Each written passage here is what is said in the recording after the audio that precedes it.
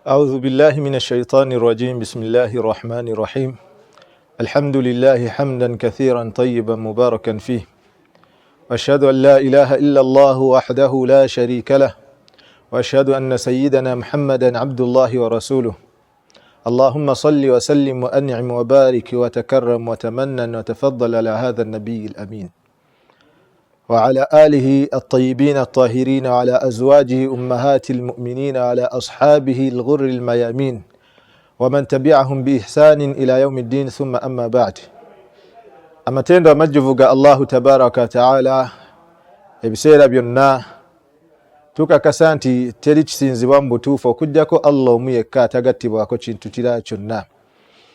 Tukakasa nti omubaka Muhammadin sallallahu alaihi wasallama mubaka era nabbi wa Allah, era tukakasa nti yasembayo mu abo ababaka be yatuma. Ab'ebitiibwa abalabi baffe aba Al-Hidayah Islam Media tubalamusaako n'ekiramuso ekyebbeeyi ekyekitiibwa nti assalamu alaikum wa rahmatullahi wa barakatuhu. Omwezi gwe tulimu mwezi gwa kitiibwa, mwezi gwa nkizo, mwezi gwa bbeeyi, mwezi mukulu nnyo ku kalenda ya buli musiraamu. Mwana wattu omwezi ogwo gwe mwezi gwa maulidi, omwezi gw'amazaalibwa g'omutume Muhammadin sallallahu alayhi wasallama, ogwandisaanye buli musiraamu an yatanabba, buli musiraamu okubeera nga azuukuka, buli musiraamu okubeera nga agujjukira, buli musiraamu okubeera nga agutegeera, buli musiraamu okubeera nga agugoberera. Ku lwaki? Kubanga nuuru wa hidaya wa rahmatullahi lil alamina mwe yabonekera okubeera nga ajja ku nsi omubaka sallallahu alaihi wasallama mu guno omwezi, ng'omutontomi bwagamba wa fi safar sha'a al-khabar ani nabiyi al-muntazar, nti mwezi gwa safar ogwokubiri sha'a al-khabar amawulire gasaasaana ani nabiyi al-muntazar agakwatagana ku nabbi omulindwa nabbi Muhammadin sallallahu alaihi wasallama. Nabbi baali bamulindiridde ebyasa n'ebyasa, kubanga ye kennyini agamba ana da'watu abi Ibrahim, ndi dduwa ya taata wange oba ya jjajja wange. Twagamba ekigambo abi abawalabu bakikozesa mu kutegeeza taata akuzaala, mu kutegeeza muganda wa kitaawo, taata wo omuto, oba kojjaawo era nakyo kikola, oba jjajjaawo. So kigambo kigazi. Kati bwagamba abi Ibrahim ate si ye kitaawe wabula ali mu bajjajjaabe, tegeeza ali ategeezaamu nze edduwa ya nabbi Ibrahim eri nabbi Ibrahim mwagamba mu suratu Baqara ng'amaze okuzimba Kaaba n'asaba Mungu rabbi waja'alna muslimaini laka wa min dhurriyyatina ummatan muslimatan laka wa arina manasikana wa tub alayna innaka anta at-tawwabur rahim rabbana wab'ath fihim rasulan minhum, ng'asaba Allah asindike mu bo abawalabu omubaka ng'ava mu bo, era yedduwa eyo Allah yajanukula. Tunuulira ebyasa n'emirembe egyayitawo okubeera ng'edduwa ya nabbi Ibrahimu eyanukulwa. Omuzadde beera ng'osaba, sabira ezzadde lyo, sabira abazzukulu n'abazzukulu b'abazzukulu n'abazzukulu mpaka ezzadde gye linaakoma.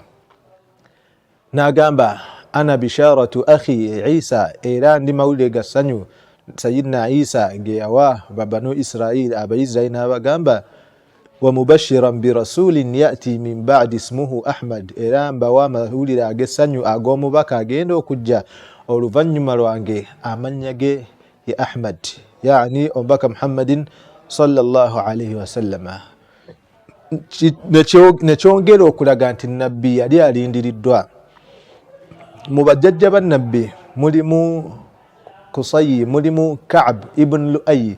Ka'b ibn Lu'ay y'omu ku bantu abakyusa olunaku olw'ejjuma. Bawalabu baali baluyita yawmul aruba, n'alukyusa erinnya n'alutuuma yawmul jumaa. Ku lwaki?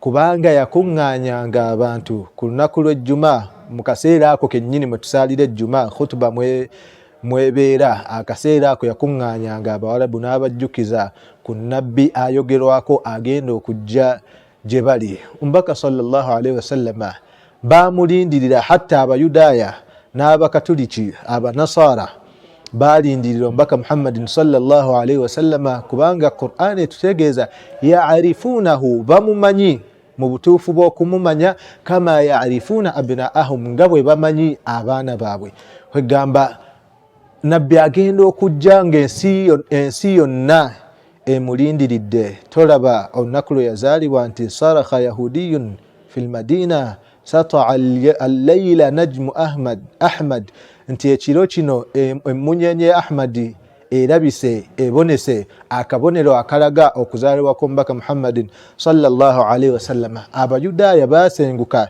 gye baali babeera ne bajja basengukire Makka ne Madina mu bitundu ebyenjawulo nga basuubira nabbi oyo bw'anaabazze ajja kubanga ava mu bo, naye baakubwa encukwe nti nabbi ate sallallahu alaihi wasallam yava mu bantu balala, yava mu Bawarabu, yava mu Bakuraishi, naye nga ye nabbi sallallahu alaihi wasallam yali alindiriddwa.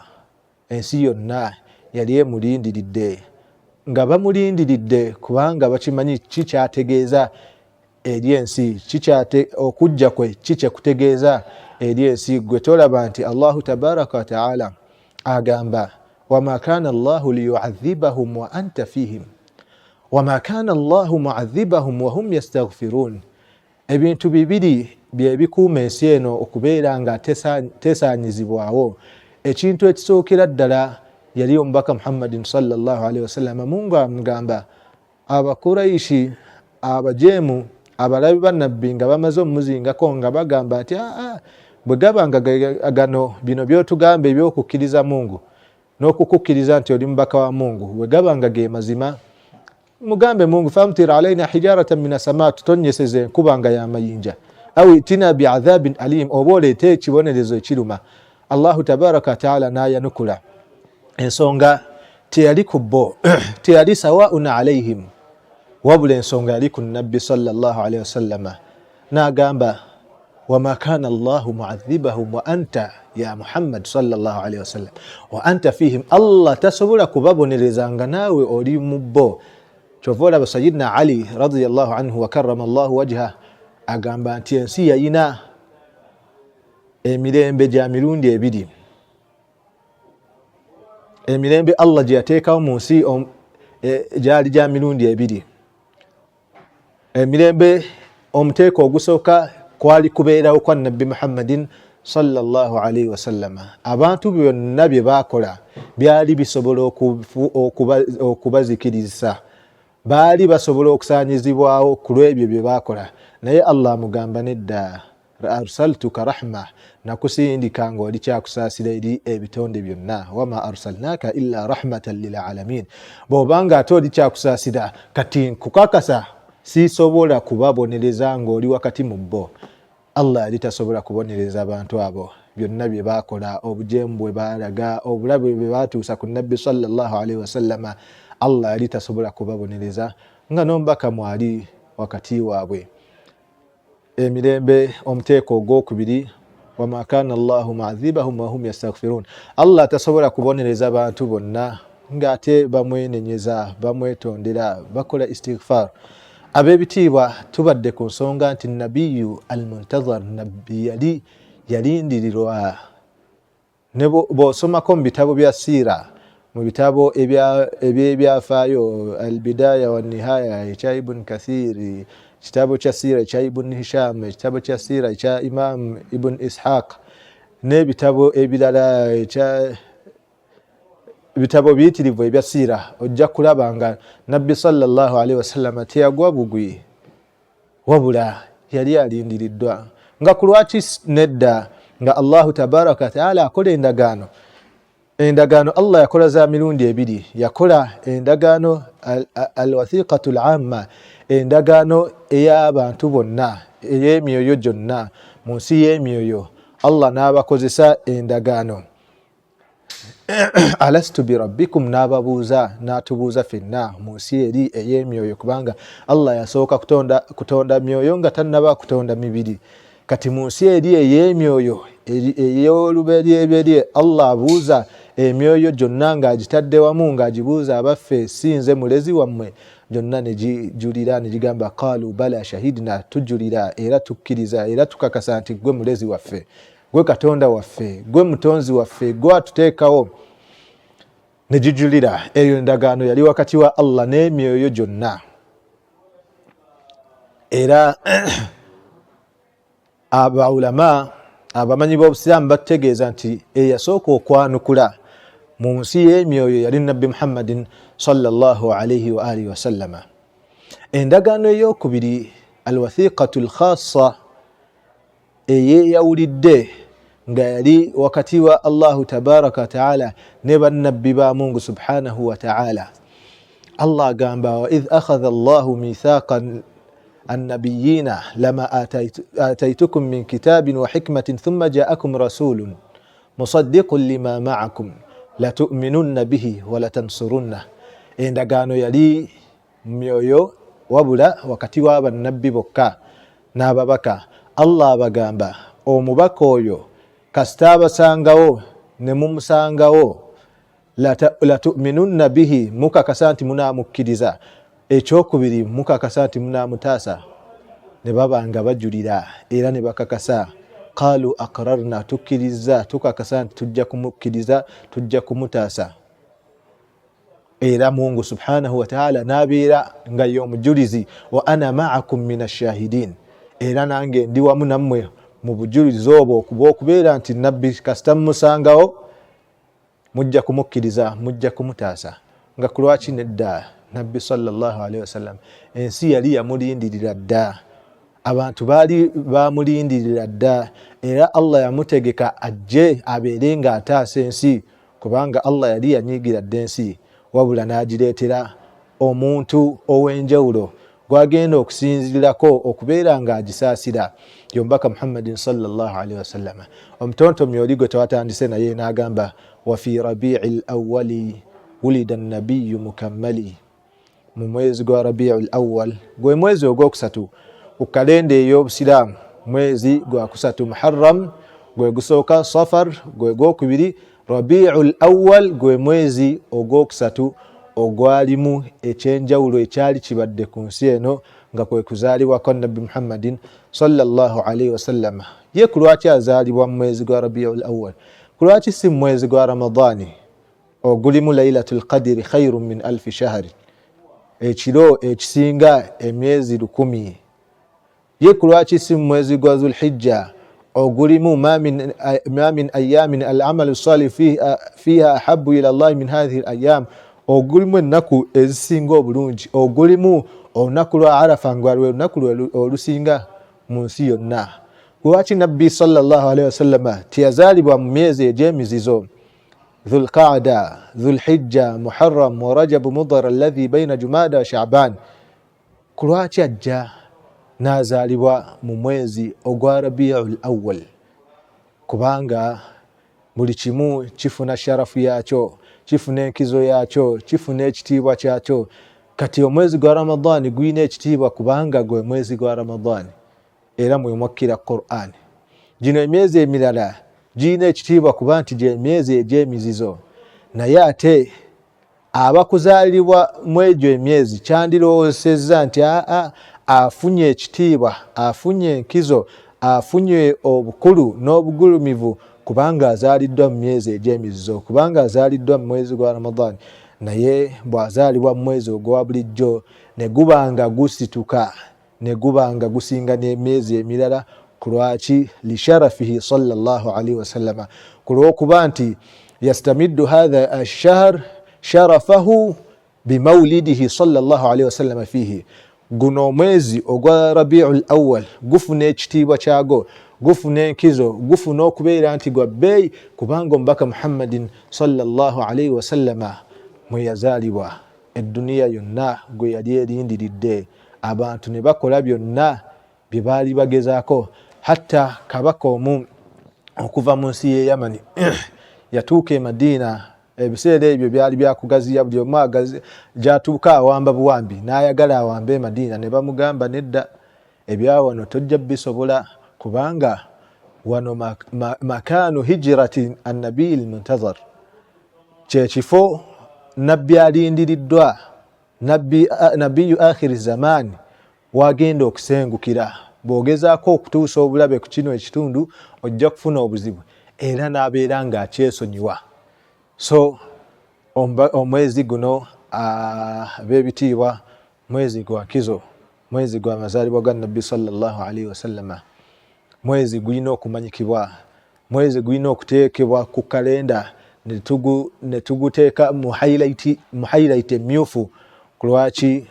Kubanga ow'ekitiibwa gwe tumanyiddeko obusiraamu, gwe tumanyiddeko essola, gwe tumanyiddeko okusiiba, gwe tumanyiddeko atufudde nti batuyita basheekhe ku lulwe, bakuyita haji ku lulwe, bakuyita hajjati ku lwa nabbi sallallahu alaihi wasallama, bakuyita ekyo kye bakuyita ekyebbeeyi nti oli mufti, oli qaadi, oli kyoli taito mu taito ez'obusiraamu ku lwa nabbi sallallahu alaihi wasallama.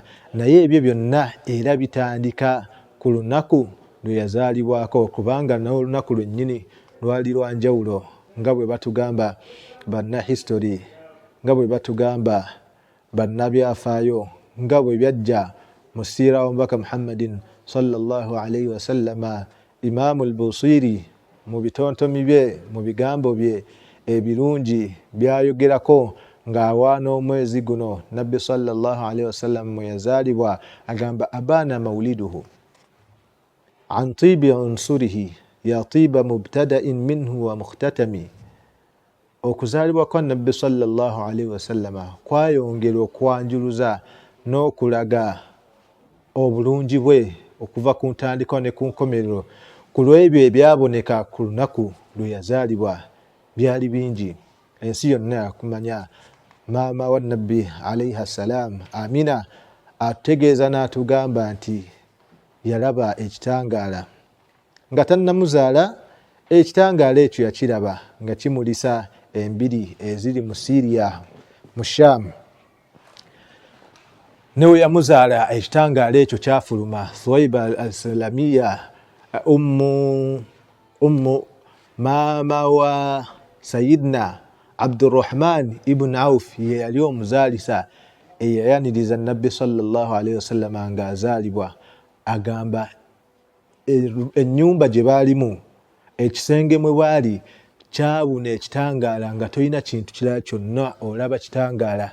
Ekitangaala ne kiyitamu ne kifuluma ebweru, ekitangaala ne kiba nga kimulisa, ne balaba embiri. Maama wa nabbi sallallahu alaihi wasallama agamba yalaba kitangaala kyamulisa ensi yonna, n'alaba olubiri oba embiri z'e Sham, ez'e Syria, ez'Abaroma, n'alaba obusiraamu bwonna obugenda okutuuka ku lunaku nabbi sallallahu alaihi wasallama lwe yazaalibwa. Amasanamu ne gabetentuka ne gagwa, amazzi gasaawa mu kibuga mu nsi ya Iran wakati wa Hamadhani ne Qummu. Amazzi, ennyanja emanyikiddwa, wal makan ma'ruf, ekifo ekyo kimanyikiddwa, si mboozi nti zagiwetekebwawo. Ennyanja eyo neekala ila yaumina hadha, mpaka ku lunaku lwaffe luno emanyikiddwa waweeri. Olubiri lwa Kisra ne lumenyeka, empagi 14 ne zimenyeka, era n'afuna abataputa. Ensonga eyo etuuseewo ne bamugamba nti kirangirira okuggwawo kw'obwakabaka bo oluvannyuma lw'abakabaka 14 abagenda okukusikira.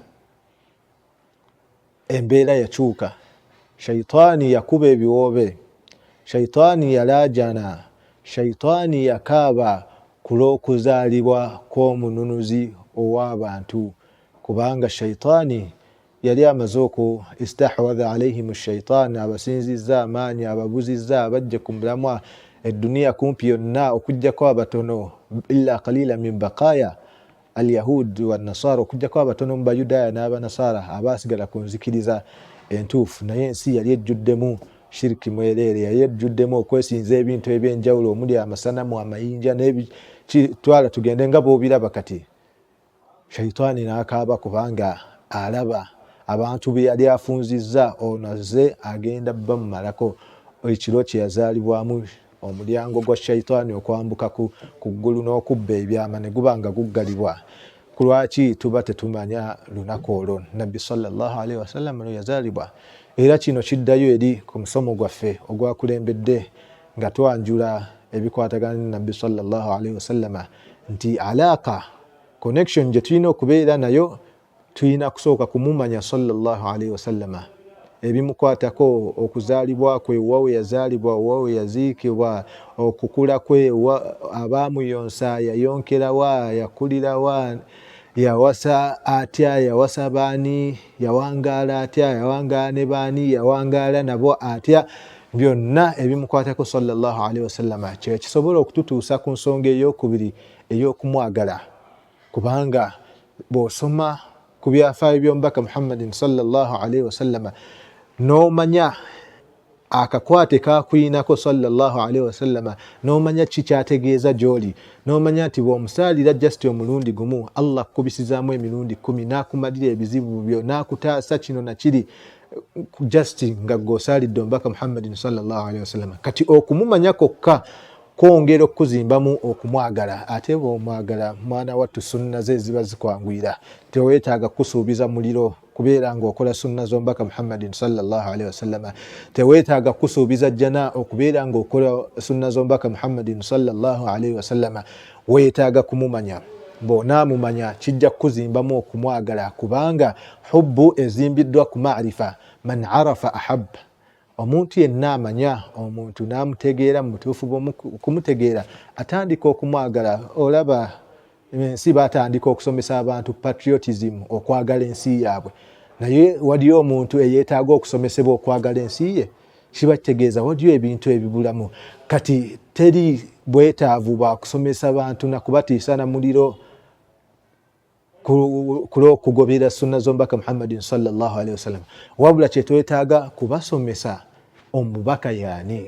Bwe banaamumanya ne bamanya kikyali gye bali, bajja kumwagala. Ate bwe bamwagala kyonna ky'osongako nti omubaka sallallahu alaihi wasallam yagamba kino, omubaka sallallahu alaihi wasallam yakola kino, omubaka yalya bwati, omubaka yatambula bwati, omubaka yazuukuka bwati, yeebaka bwati, buli kye yakola, kubanga amaze okuyingira mu mibiri gyabwe, mu mitima gyabwe, mu musaayi gwabwe, ne baba nga batambulira ku namat, ku nkola, ku njigiriza y'omubaka Muhammadin sallallahu alaihi wasallam. Si raghma anf, si mbeera ya buwaze, wabula ittiba, okugoberera okuzimbiddwa ku hubbu, haqiqatul hubb, ku mazima ag'okwagala, ku kwagala okwannamaddala, okwagala okuviiridde kubeera nti omutegeera omubaka Muhammadin sallallahu alaihi wasallam. Kubanga bw'omanya nti ensonga zo zonna tezigenda kugguka okujjako nga zirimu omubaka Muhammadin sallallahu alaihi wasallam,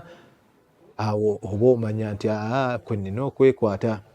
Abaagaana okutegeera ensonga eyo, Mungu agamba sawaun alaihim astaghfarta lahum am lam tastaghfir lahum. Mungu n'abagoba mu kusaasira kwe, n'agamba ne nabbi ne bw'oba obasabidde okukola ki, kubanga baggalawo oluggi olwali lulina okubatuusa ku Mungu nga ye nabbi Muhammadin sallallahu alaihi wasallam. Mungu n'agamba kiri gye bali, astaghfarta lahum, oba obasabidde okusonyiyibwa, am lam tastaghfir lahum, oba tobasabidde, in tastaghfir lahum 70 marra falan yaghfira Allahu lahum, ne bw'obasabira emirundi 7 n'omusobyo Allah tagenda basonyiwa. Kulwaki? Baagaana kiri ekyasooka, kubanga Mungu yabagamba walau annahum idh zalamu anfusahum ja'uk, singa mu kaseera ako ke beekolako obulyazaamaanya ne bakola obujeemu ne bajeemera Allah, ja'uka, bajja gy'oli, fastaghfaru llaha, ne beenenyeza Allah, wastaghfara lahum rasul, nti tekimala Allah kubeera nga bamwenenyeza, wabula balina kusooka kujja eri nabbi beenenye eri Allah, wastaghfara lahum rasul, nabbi sallallahu alaihi wasallam abeeyimirire abeenenyeze mu maaso ga Allahu tabaraka wa taala. Lawajadu llaha tawwaba rahima, bandisanze Allah nga musonyi era nga musaasizi. Naye bwe baagaana, Mungu n'abaggalirawo, kubanga baagaana okujja eri baabi ery'omulyango ogubatuusa eri Allahu tabaraka wa taala nga ye nabbi Muhammadin sallallahu alaihi wasallam.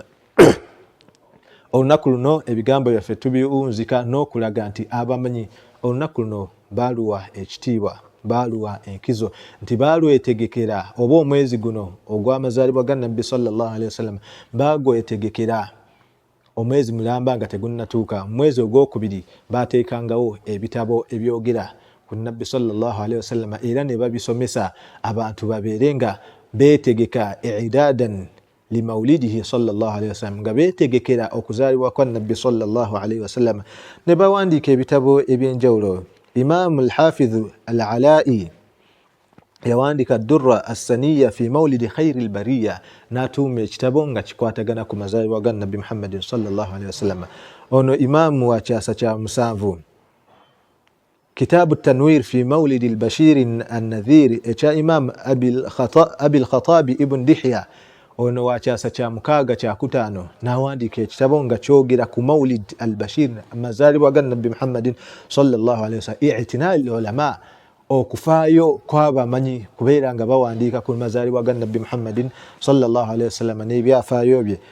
Imam al-Hafiz Imaduddin ibn Kathir wa kyasa kya musanvu n'awandiika dhikru maulidi nabi sallallahu alaihi wasallam wa radaihi okwogera ku mazaalibwa ga nabbi sallallahu alaihi wasallam n'okuyonsebwa kwe n'awandiika wahadha wahduhu kafi fi raddi ala almani'in. Era kino ekitabo kimalira ddala okwanukula abo abagaana abantu okukuza amazaalibwa g'omubaka Muhammadin sallallahu alaihi wasallam.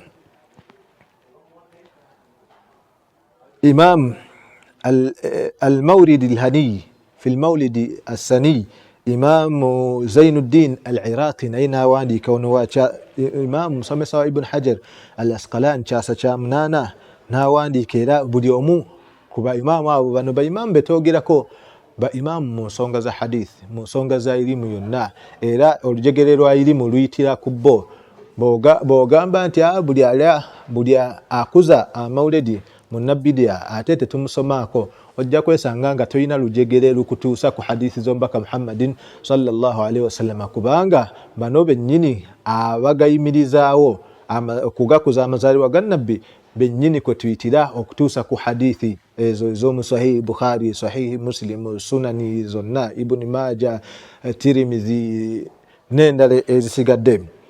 Imamu al-Qurra wa Shaykh al-Muqri'in Shaykh al-Islam Shamsuddin Muhammad ibn Ali al-Ma'ruf ibn al-Jazari n'awandiika ekitabo ekinene n'akikolamu samare n'akituma Arfu at-Ta'rif bil Mawlid al-Sharif era naye n'akakasa nti baakisoma ku lunaku nabbi sallallahu alaihi wasallam lwe yazaalibwa. Ekyenjawulo ku ye ku lunaku lwe yazaalibwa lwe baakisoma mu kifo kyennyini mwe yazaalibwa emirundi ebiri gye yafunako era n'atukakasa n'atugamba nti yasanga abantu b'e Makka nga yenkola yaabwe bakuŋŋaana ne basoma ebitabo ebikwatagana ku mawulidi mu kifo kyennyini nabbi sallallahu alaihi wasallam mwe yazaalibwa. Tusaba Mungu subhanahu wa ta'ala atwongere okumwagala n'okumutegeera n'okubeera nga tumugobera mu kumutegeera mwekuva okumwagala mu kumwagala mwekuva okumugoberera okuzimbiddwa ku kumwagala n'okumutegeera. Saba Mungu subhanahu wa ta'ala abeere nga atambuliza ku nkola ye ku sunna ye atuttire ku milla ye atuzuukize wamu naye atuyingize ejjana n'omubaka Muhammadin sallallahu alaihi wasallama. Nsigadde nga nze Osama Mansur nga emabega wa kamera tuyina Alhaji Sheikh Sudaisi Kigozi. Barakallahu fikum wa jazakumullahu khaira. Assalamu alaikum wa rahmatullahi wa barakatuh.